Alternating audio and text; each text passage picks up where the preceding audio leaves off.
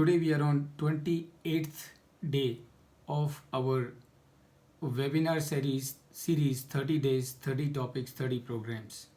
How the time flies is really something I always wonder.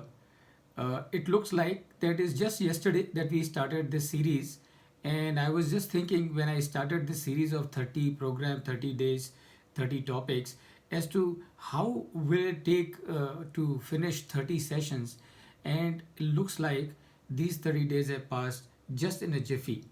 And friends, I am very happy to share with all of you that I have thoroughly enjoyed sharing different topics, different programs for all these 27 days. And now we are on 28th days. We have 2 more days to go before we finish the 30 programs.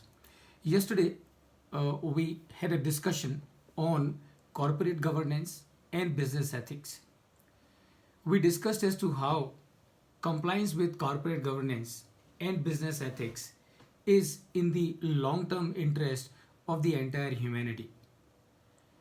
Today, our topic is how to comply with the requirements of corporate social responsibility as per section 135.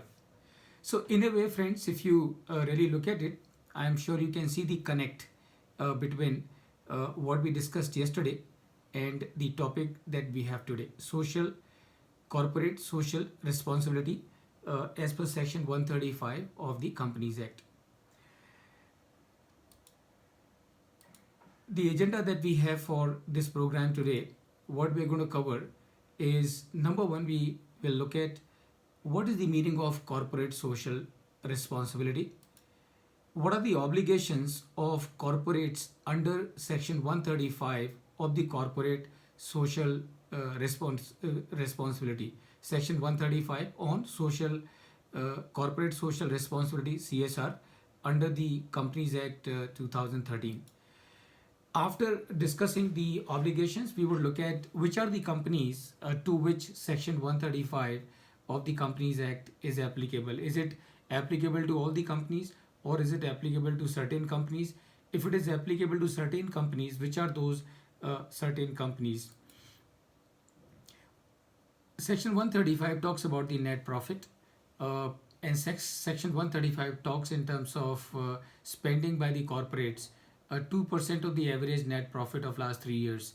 So we also would look at and understand as to which net profit is to be considered for determining applicability of section 135. I can tell you at this point in time, because there are two profits in the context of section 135.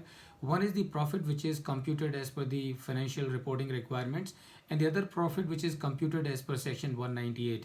So as far as the applicability of section 135 to a company is concerned, which of these two profits are to be taken into account? Because based on my interaction with the fellow professionals, I understand there is a confusion in the minds of some of the friends as to which profit is to be considered for the purpose of determining applicability of section 135 itself. So this is what we would discuss. How many members should be there in the CSRC, which is Corporate Social Responsibility Committee? कितने member होने चाहिए और किस situation में ये member कम हो सकते हैं? What are the obligations of CSRC? So CSRC plays a very important role. So when I say CSRC, it is Corporate Social Responsibility Committee, appointed by the board of directors of a company to which section 135 is applicable. This company will have to have certain number of members, and this company has definite obligations, and that is the reason why this committee is appointed. So what are the obligations of the corporate social responsibility committee? That is what we will discuss. Obligations of the board under section 135. So appointing the CSRC is one thing, but then besides appointing CSRC, the board of directors of a company have few other obligations also. What those obligations are, that is what we will be discussing. How much of the profits are to be spent every year on CSR activities? Now we all know it is 2%. 2% of the average net profit computed as per section 198. So that question of course is answered upfront, but we will discuss the intricacies of this net profit under section 198. Which of the profits are to be considered for this purpose? That is what we would cover. And then, friends, I have had a separate session which is available on the YouTube channel. As days on day 16 of this series, we had a separate exclusive session on how to compute net profit as per section 198. So those of you who would be interested to know more about the entire process of computing net profit as per section 198 can visit my YouTube channel, and this particular session is titled as day 16 computation of net profit under section 198. So you can visit to get more details about computation of net profit as per section 198. We will understand the meaning, significance and rationale behind computation of profit as per section 198. तो दोस्तों मेरा ऐसा experience है कि एक बार हमें किसी चीज़ का लॉजिक समझ में आ जाए, उसका ऑब्जेक्टिव समझ में आ जाए, उसका रैशनल समझ में आ जाए, तो वो हमें सारा पूरा कंसेप्ट समझने में बड़ी आसानी हो जाती है. तो दो I have discussed the entire section 198 by way of a separate session, today we will spend a few minutes in understanding the rationale behind the section 198, because section 198 is not only applicable in case of section 135, but it is also applicable in case of section 197. So therefore I am sure that it would be useful for you for both these purposes. That is what we would cover. We will also get clarity about various provisions of section 198 in computation of net profit. तो जो section 198 के जो clauses हैं और उन clauses का क्या meaning है, how are those to be interpreted, that is what we would look at. And then a million dollar question which everyone concerned with computation of computation of net profit as per section 198 is where do I start from? So मुझे मेरी company के net profit compute करने हैं as per section 198. तो what should be my starting point? Do I start from EBITDA? Do I start from gross profit? Do I start from sale? Can I start from PBT? Can I start from net profit? So all those questions and doubts we would be answering as we intend to answer, and we would rather be answering as part of this session. Then the question is, fine, 2% of the average net profits are to be spent on these CSR activities, but we also need to understand which are those CSR activities. And because there is a Schedule 7 in the Companies Act, and this Schedule 7 in the Companies Act includes all the headings, all the activities on which a company can spend this 2% average net profit to be compliant with section 135. So we would look at as to which are those items, which are those activities where a corporate can spend its CSR fund. Then of course we would look at how to treat the unspent amount on CSR activities. So remember, it is possible that a company has a profit as per section 198, and therefore company has an obligation to spend money on CSR activities, but it is quite possible for some reason or the other this company may not have been able to spend the entire money or part of the money or not at all on the specified activities. Now what are the obligations in case of such a situation of the company concerned? That is what we would look at. And of course remember, so in case if you fail to comply with the provision of the law, then you have incidental obligations, and if you fail to comply with the incidental obligations also, then what you have, then you have penal provisions. So in case if a company fails to spend money as per section 135 on the CSR activities, then it has to ensure that that money is transferred to a separate account within a period of 30 days from the time when it was supposed to have spent.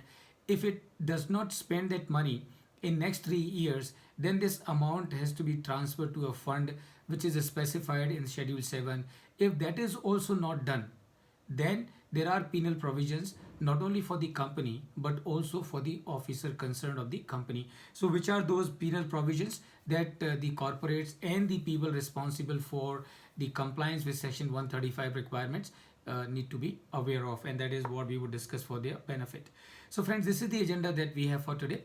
And finally, of course, it is possible that in one case where even though section 135 is applicable to a company, but because of the size of the net profit or because of the size of money to be spent is less than 50 lakhs, in that case this company need not need not constitute a CSR committee, but the job will have to be done by the board of directors. So that is what we would understand in case if the net profits to be spent by a company is less than 50 lakhs. So that in that case this company does not have to constitute CSRC. The board of directors itself can handle the job of the CSRC. So that is to simplification. So friends, this is the agenda that we have today, and who will benefit from this program? Number one, all the accounting, finance and corporate professionals working in different companies who generally have the responsibility of compliance with various rules and regulations under different statutes will benefit from today's session. Board members, more so who are member on the CSRCs of some company or the other, they will also definitely benefit because they will have a direct understanding as the member on the CSR committee of a company, what are their obligations, and they better be aware of their obligations as member of a CSRC. NGOs looking for CSR funds from corporates for financing their charitable and social activities for the communities at large will also benefit from this session, because then they will come to know as to if they have to approach a corporate for getting the funds for getting the CSR funds from those companies, from those corporates, so as to carry out the social and charitable activities of these NGOs, which are in line with the activities specified in Schedule 7. So it will also benefit such NGOs. Management and corporate advisors engaged in providing consultancy and advisory services in the field of corporate compliance, governance and business ethics will stand to gain.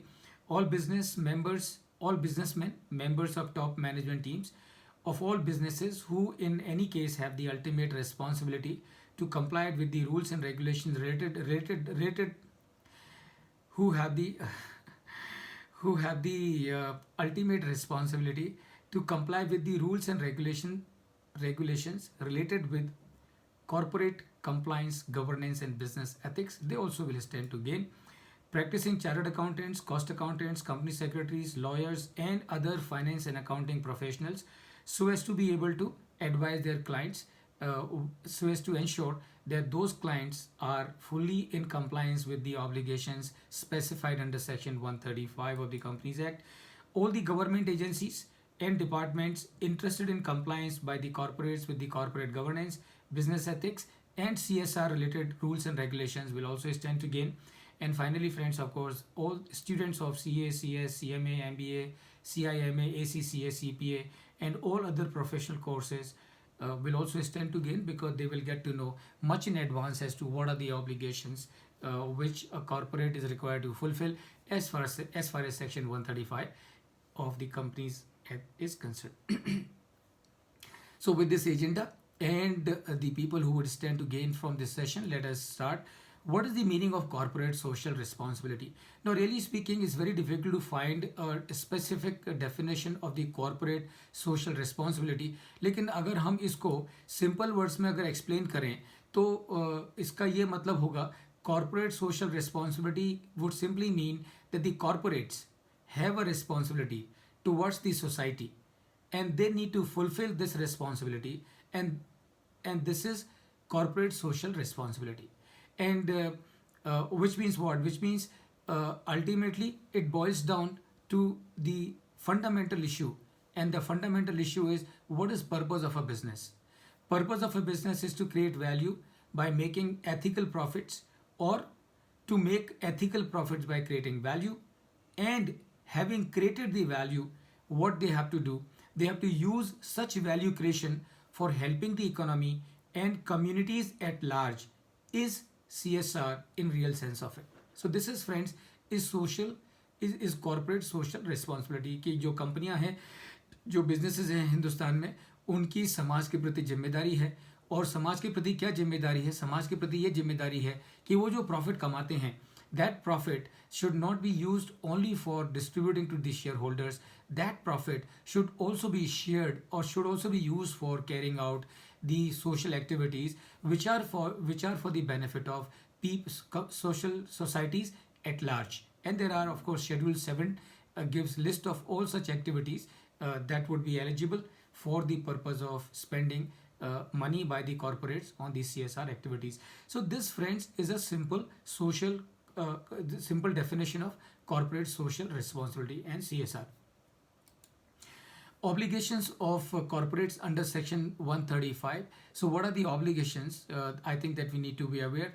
And the first obligation that the companies have under Section 135, and that obligation is a company to which Section 135 is applicable. This company has to form a CSR committee. That is the obligation number 1. Obligation number 2, spending 2% of the average net profits of last 3 years is obligation number 2. यानी कि एक company जिसको कि section 135 applicable है, and we will understand as we go forward as to which are the cases when section 135 becomes applicable. So a company to which section 135 is applicable, the board of directors or the companies or such companies have an obligation, and obligation number 1 is formation of CSR committee. That means such companies have to form a CSR committee. What that CSR committee would constitute of, we would discuss. Then this company also has to spend 2% of the average net profits of last 3 years on the CSR activities, as I said, which are specified in the Schedule 7 of the Companies Act. Then there is a responsibility that these companies need to disclose the CSR policy, and the committee which has been formed for the committee which is formed for carrying out the CSR activities, or all these informations need to be disclosed in the director's report.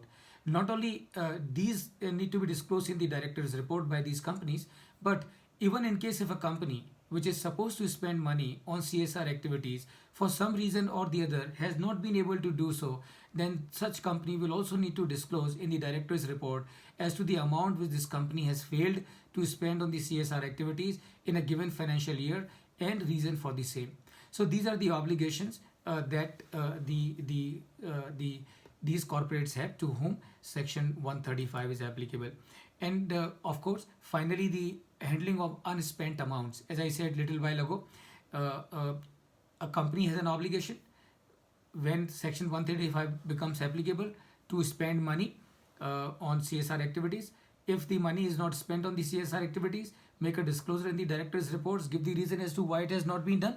Not only that, within 1 month from the time, by the time which this money should have been spent, ये पैसे को आप एक अलग से account, bank account में transfer करेंगे, because you cannot use this money for the purpose of the business. So this money has to be put into a separate account of the company. The money will remain with the company, and but this money cannot be used for the purpose of the business activities. And within 3 years, if this money is not used for the specified activities as per Schedule 7, in that case, this money will need to be transferred to a specified fund as mentioned in the Schedule 7. So these are the obligations, friends, that we need to be aware as professional, as stakeholders, as people interested in one way or the other as far as compliance of Section 135 is concerned.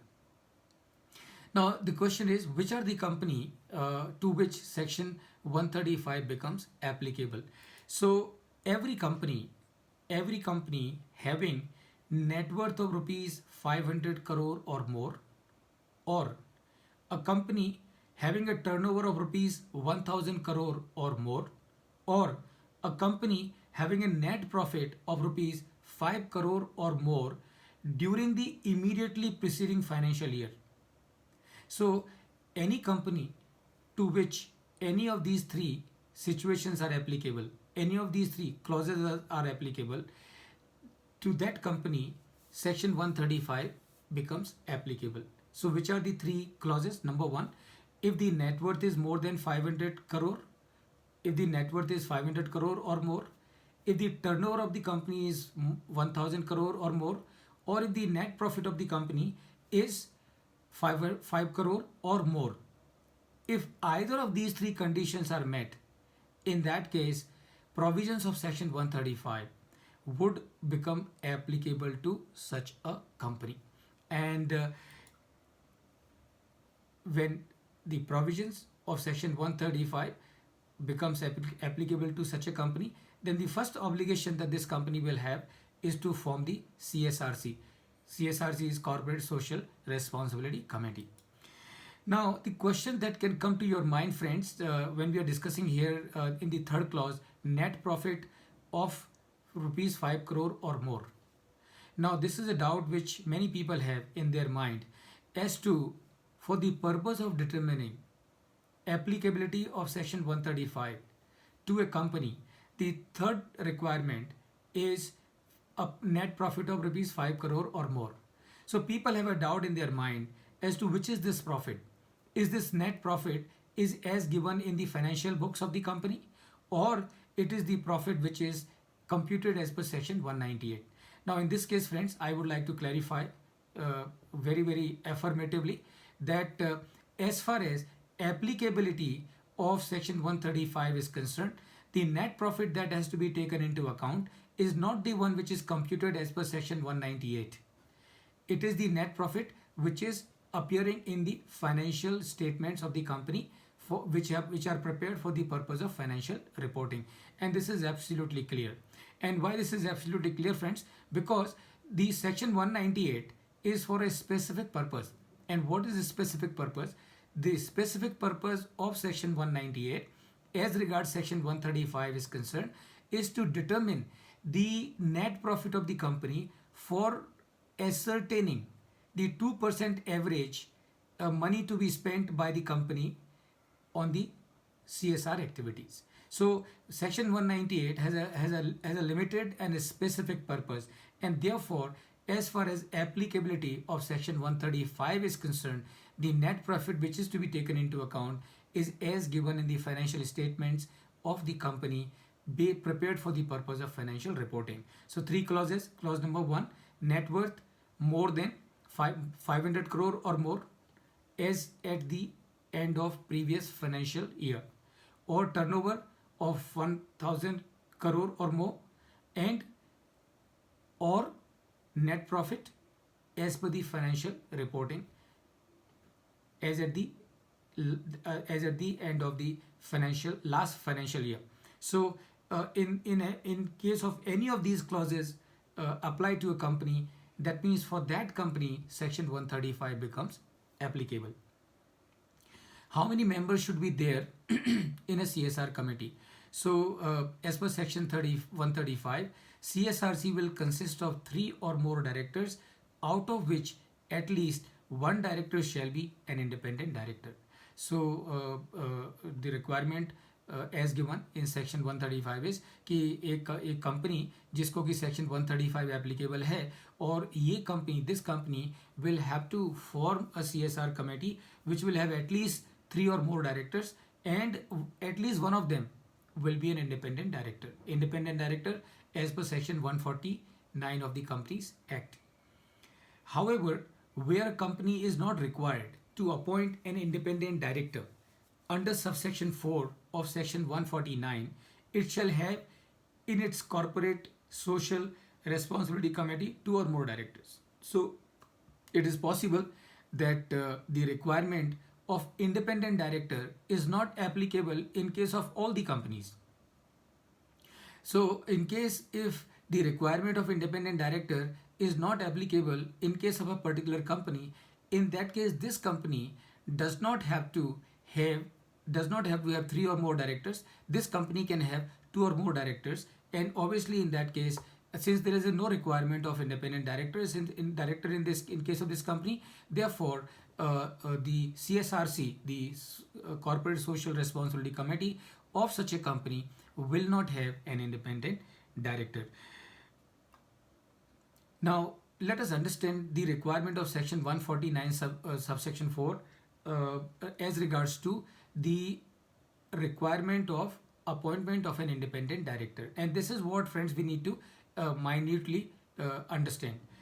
Every listed company, so section 4 subsection 4 of section 149 talks about every listed public company shall have at least 1/3 of the total number of directors as independent director.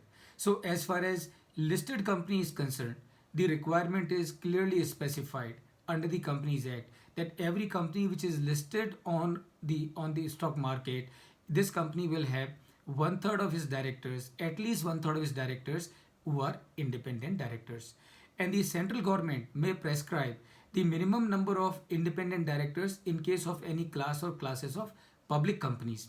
So now we need to also look at as to which are the what is the provision regarding appointment of independent director in case of a public company. So remember, it is quite obvious that as far as public limited private limited companies are concerned, there is no requirement of appointment of independent director. Requirement of independent director is only in case of listed companies, and it is also there in case of public companies where the central government specifies the parameters when requirement of independent director becomes applicable in case of a in case of a public company which is not a listed company. So what is the current requirement as far as applicability of independent director in case of unlisted companies are concerned? So today the requirement is there will be a minimum of 2 independent directors in case of a public company which is not a listed company. So there is a requirement of appointment of minimum 2 independent directors in case of a company which is public company but not listed. But this requirement becomes applicable when? This requirement becomes applicable when the paid up capital of company is rupees 10 crore or more, number one, or turnover of the company is rupees 100 crore or more. Number three, aggregate of outstanding loan, debentures and deposits exceeding rupees 50 crore or more. So remember again, only in case if any of these three conditions are applicable in case of a public company which is not a listed company, that means company's paid up capital is 10 crores or more, or the company's turnover is 100 crore or more, or the company's aggregate outstanding loans, debentures and deposits are exceeding rupees 50 crore और मोर, यानी कि ये तीनों में से अगर एक भी सिचुएशन एक्सीड होती है, एक भी अगर कंडीशन वायलेट होती है, वायलेट यानी कि एक भी कंडीशन अगर इसमें से फुलफिल होती है, so that means in such case this public company which is not a listed company will need to have independent director. And that means what? That means in case to this company, if section 135 becomes applicable, in that case this company, even though it's not a listed company, since 135 has become applicable, this company will have to form a CSRC, and that CSRC will have minimum 3 members, and one of those members will be an independent directors. So this is the friends requirements as far as formation of CRC is concerned. Now, what are the obligations of CSRC? So CSRC, the Corporate Social Responsibility Committee, इसकी जिम्मेदारियाँ क्या हैं, इसको क्या काम क्या करना होता है? So number one, the first task of the CSRC is to formulate and recommend to the board a CSR policy which shall indicate the activities to be undertaken by the company in areas or subject specified in Schedule 7. So one thing is, friends, very clear that as far as compliance with section 135 is concerned, as far as spending of CSR funds is concerned, those funds have to be spent only on the activities which are specified in Schedule 7 of the Companies Act. Any CSR fund spent anywhere else other than the activities mentioned in CSR in Schedule 7 will not be considered in compliance with the provisions of the section 135. So the first obligation of the CSRC is to formulate and recommend to the board a social corporate responsibility policy. Number two, recommend the amount of expenditure to be incurred on the activities referred to in clause A. So the CSR committee will also tell as to how much money is to be spent in which of these activities. So remember, as far as how much total money is to be spent will be determined by section 198 and depending on the profit computed as per section 198. But where that money should be spent, that will be recommended by the CSR committee, and that is the obligation of CSR committee. And the third obligation of CSR committee is to monitor to monitor the corporate social responsibility policy of the company from time to time. And remember, it's the responsibility of the board of directors that this CSR policy is also shared in the board of directors report. It is also uploaded on the website of the company and things like that, so as to create awareness about the CSR obligations of the company and how the company is fulfilling those obligations. Now, friends, look at the obligations of the board under section 135. So we have seen the obligations of the company as a whole. We have seen the obligations of the CSRC. Now let us look at the obligations of the board of directors of a company to which section 135 has become applicable. So the board's report under subsection 3 of section 134 shall disclose the composition of the corporate social responsibility committee, that is number one. So every time a board of directors report is being prepared for on completion of the financial year, that report will have the disclosure about the composition of the CSRC. Number two, after taking into account the recommendations made by the CSRC, approve, this is the obligations of the board, approve the CSR policy for the company and disclose contents of such policy in its report, and also place it on company's website, if any, in such manner as may be prescribed by the government. Number two, ensure that the activities as are included in CSR policy of the company are undertaken by the company. So these are the obligations, friends, as far as the board of directors of a company is concerned, to which section 135 has become applicable. Now, how much of the profit are to be spent every year on CSR activities?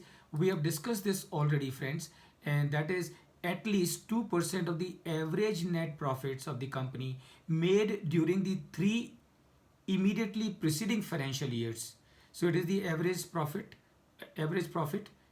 net profit, 2% of the average of last 3 financial years. That is the amount which has to be spent in a financial year on the CSR activities to be in compliance with section 135.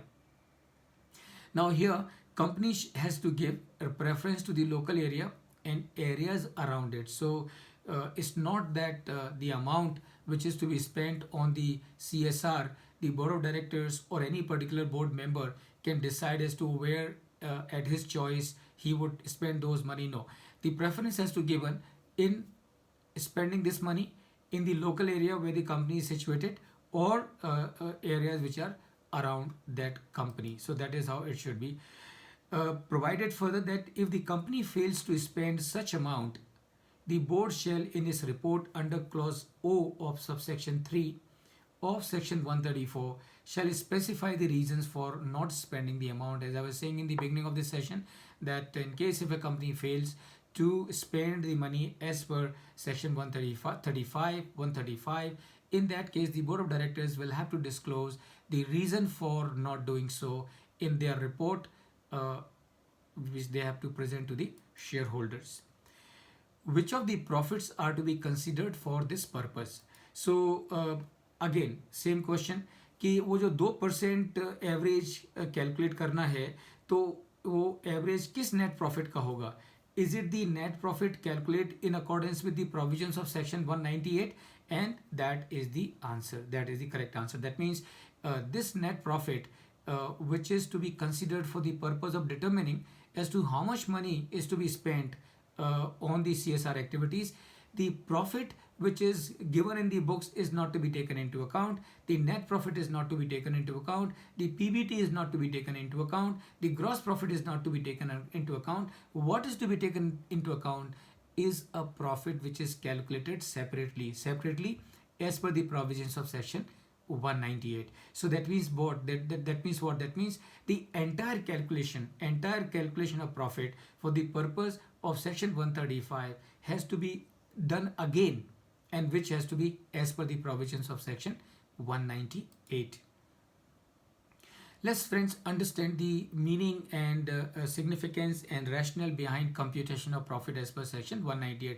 तो जैसा कि मैं आप से शुरू में कह रहा था कि देखिए हम कोई भी चीज़ डिस्कस करें और कोई खास तौर से अगर कोई लीगल पॉइंट अगर हम डिस्कस कर रहे हैं तो अगर हम उसके उसके क्रक्स को पकड़ लें, उसके रैशनल को पकड़ लें, तो फिर हमारे लिए बाकी सारा प्रोसेस आसान हो जाता है कि क्यों why the law makers thought of putting a separate section 198 for the purpose of section 197 and also for the purpose of section 135. Why did they not say okay, net profit जो company calculate करेगी for the purpose of financial reporting, the same profit is to be considered for the purpose of section 197 and for section 135. So there is a reason as to why they did not do it, and the reason is, remember, the profit which is computed for the purpose of financial reporting will not only have the income which is coming from the operations, but it will also have the income which may be getting added on account of the non-operating activities.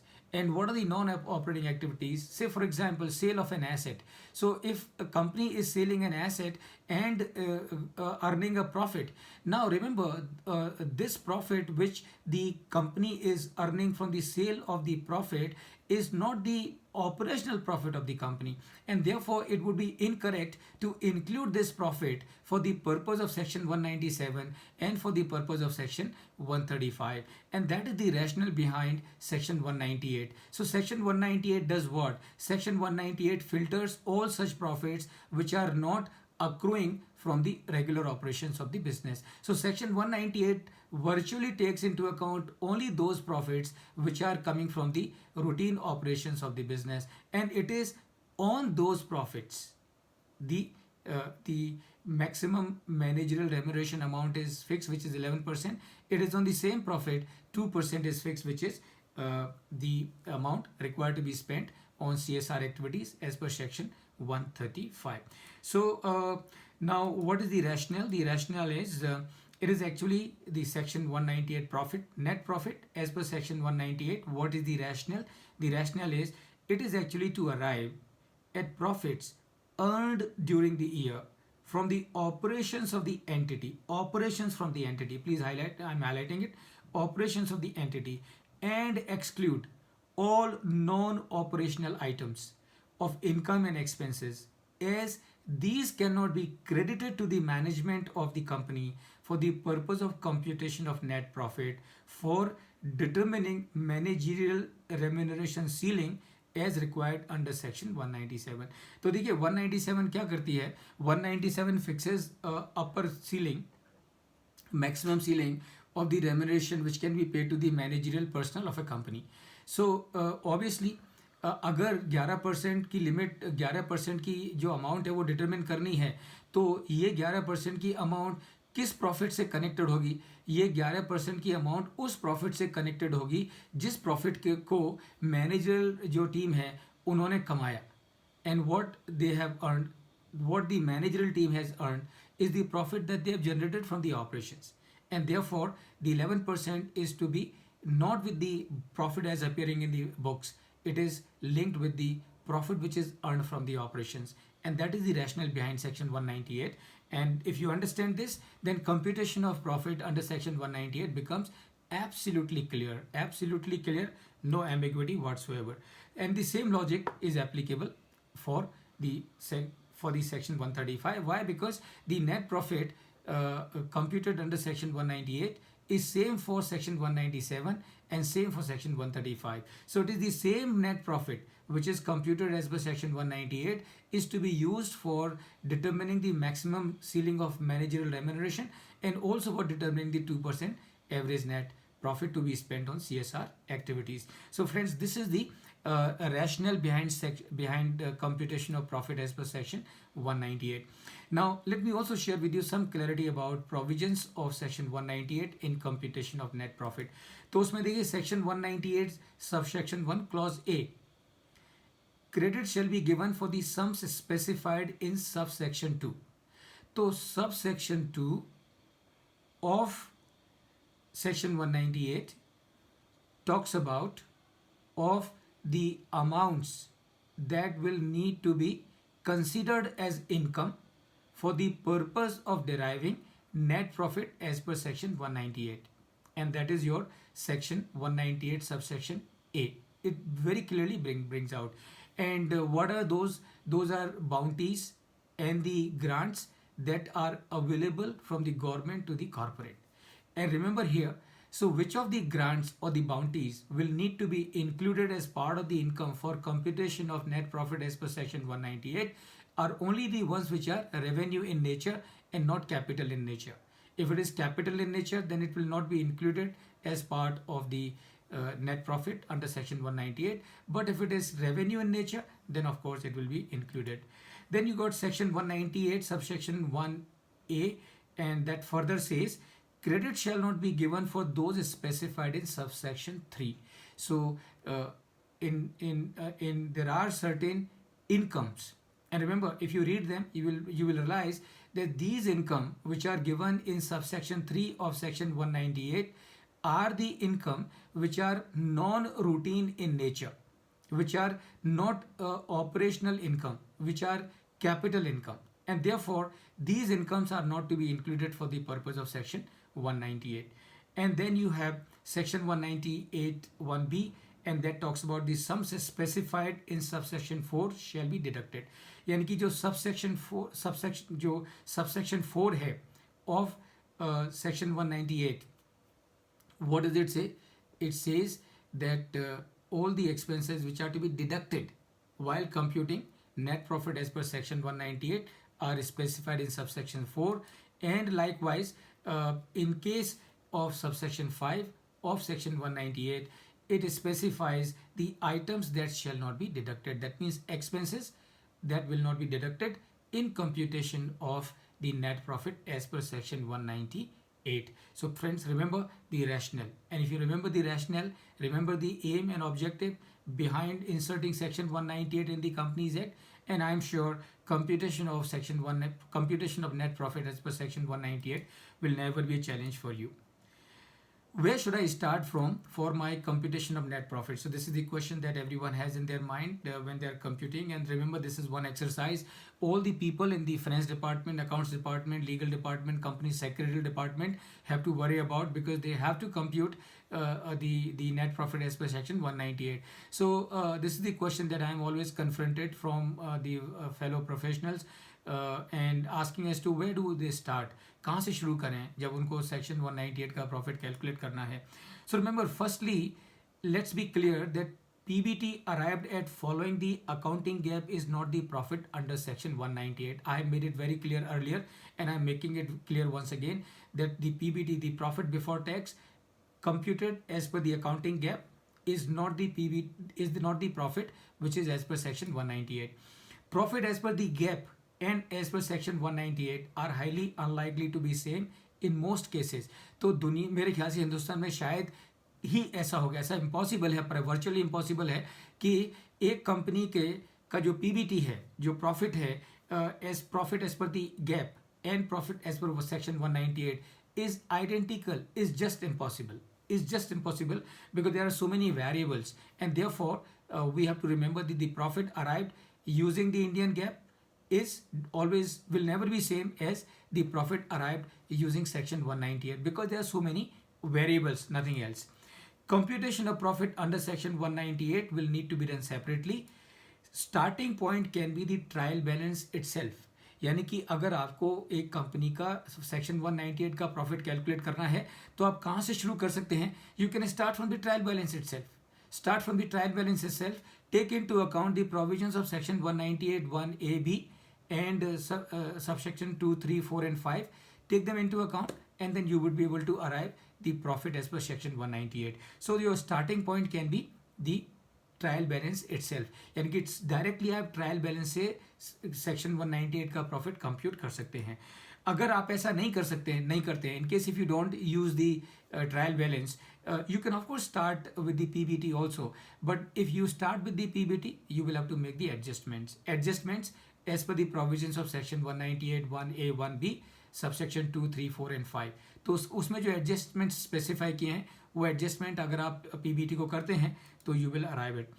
Likewise, you can also start. So it is not that you start only from PBT. You can start from the gross profit. You can start from EBITDA. You can start from EBIT. You can start from any of the figure. And the only thing is the nature of adjustment that you will make, the number of adjustments that you will make will undergo a change and nothing else. We just need to take care of provisions of section 198, 1A and 1B, and also 2, 3, 4 and 5. In any case, please remember, whether you start with the trial balance, whether you start from PBT or EBITDA और EBIT और gross profit और sales, आप कहीं से भी शुरू करिए. अगर आप सेक्शन 198 की जो एडजस्टमेंट्स हैं, जो उसके प्रोविजंस हैं, उसको पूरी तरह से फुलफिल करते हैं, तो आप कोई सा भी मेथड, कोई सा भी स्टार्टिंग पॉइंट लीजिए, your profit as per your net profit as per section 198 will be the same. It can not be different. It has to be exactly the same. 1 रुपए का भी फर्क नहीं पड़ेगा अगर आप सेक्शन 198 के जो प्रोविजंस हैं उसको पूरी तरह से कंप्लाई करते हैं, irrespective of the method, irrespective of your starting point. Now the question is, where can these 2% profit, the 2% of the average net profits of last 3 financial years can be spent? So there is a schedule 7 that guides us as to where this 2% of the profit can be spent. So number one, it can be spent on eradicating, it can be spent on the activities relating to eradication of hunger, poverty and malnutrition.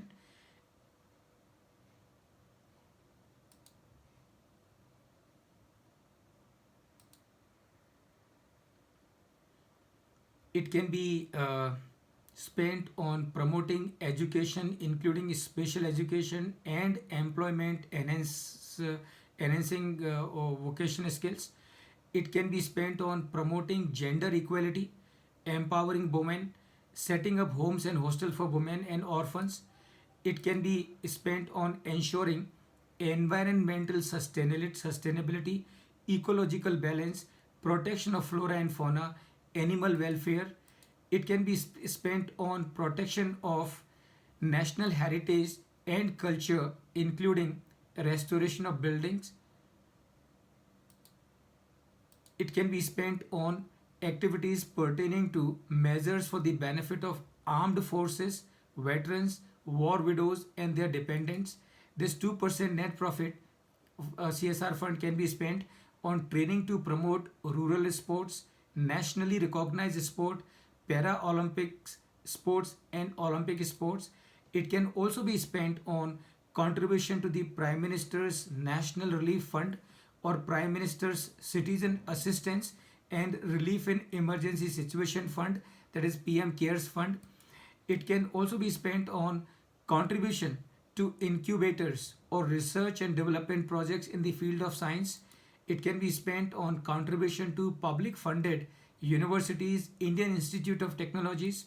It can be spent on rural development projects, slum area development, and it can also be spent on disaster management, including relief, rehabilitation, and reconstruction activities. So friends, these are the 12 different broad categories that I have spoken with you, on which the corporates can spend these 2% net profit which they have computed, taking into account the average net profit of last 3 years based on section 198. So this is where the money can be spent.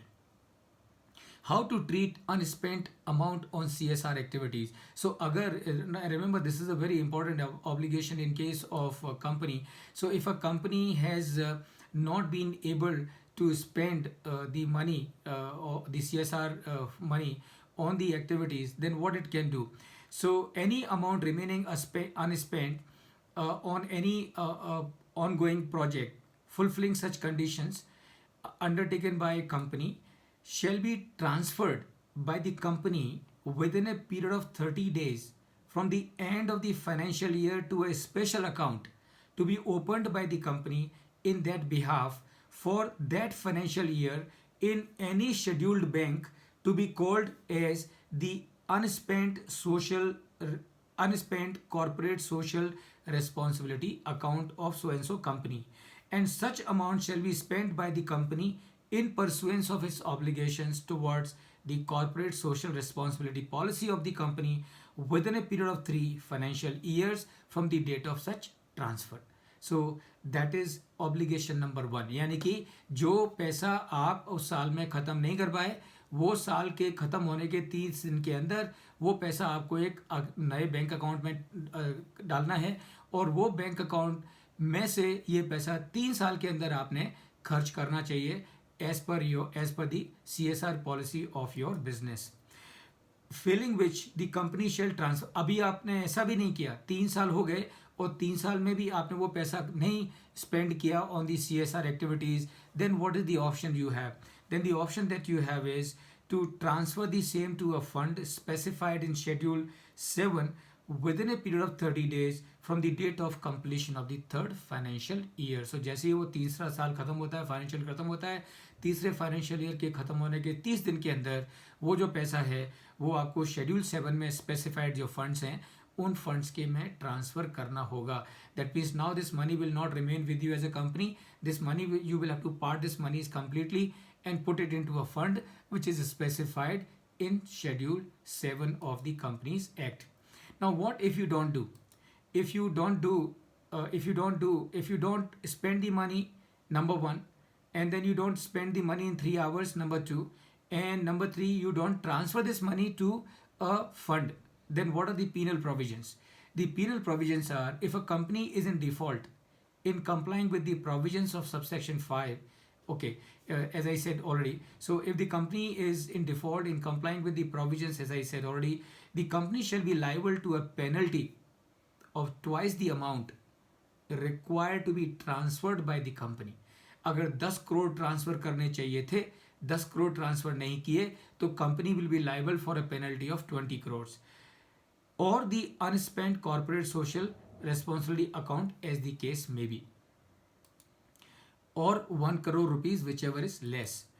Every officer of the company who is in default shall also be liable to a penalty of 1/10 of the amount required to be transferred by the company to such fund in Schedule 7 or the unspent corporate social responsibility account, as the case may be, or 2 lakh rupees, whichever is less. So remember, so the penal provisions in case of non-compliance with subsection 5 and subsection 6 of section 135 are not only applicable to the companies, but they are also applicable to the officer concerned of the company, and therefore it is absolutely necessary that the company and the officer concerned make sure that number 1, the amount is spent as required. If the amount is not spent, it is transferred to a bank account and then it is spent in next 3 years, and if it is not spent in next 3 years, then the amount is transferred to a fund as per the Schedule 7 of the Companies Act. If you don't do it, then you will have to face the penal provisions, and as I have just shared with you. Now, when constitution of the CSRC not applicable, so now the question is that is it that every company to which section 135 becomes applicable, does every such company have to form and constitute a CSRC? And the answer is no. And why the answer is no? That in case if the amount which is to be spent is less than 50 lakhs, so as per section 9, as per section subsection 9 of section 135, if the amount to be spent on the CSR is less than 50 lakhs, in that case such a company need not constitute a separate CSRC, and the job of the CSRC in that case will be done by the board of director itself. So this may be because of keeping it simple. पर इसका मतलब समझ के लीजिए friend, इसका मतलब क्या है? If 50 lakh is the amount, if 50 lakh is the amount, when the amount to be spent is less than 50 lakhs, then such a company need not have the CSRC. इसका मतलब क्या है? If 50 lakhs is the amount and that means 2% is the net profit, इसका मतलब ये हो गया, if the average net profit of a company is 25 crore or less, or if the average net profit of a company are less than 25 crore as per section 198, in that case such a company will not have to constitute the CSRC. But remember friends, The concession is only with regard to formation of the CSRC. As far as all the obligations of Section 135 are concerned, they are very much applicable. They are very much applicable, and they will have to be absolutely taken care of. So, friends, with this, I come to the close of my presentation, my discussion on Section 135. I hope all of you would have found this discussion absolutely comprehensive, because I have really made an effort in covering everything as far as Section 135 is concerned. So I hope it is serving your purpose. I hope you are finding it useful. So thank you so much and wish you wonderful times always. And with this, I headed over back to Dr. Krishna. So, Dr. Krishna, over to you. Thank you.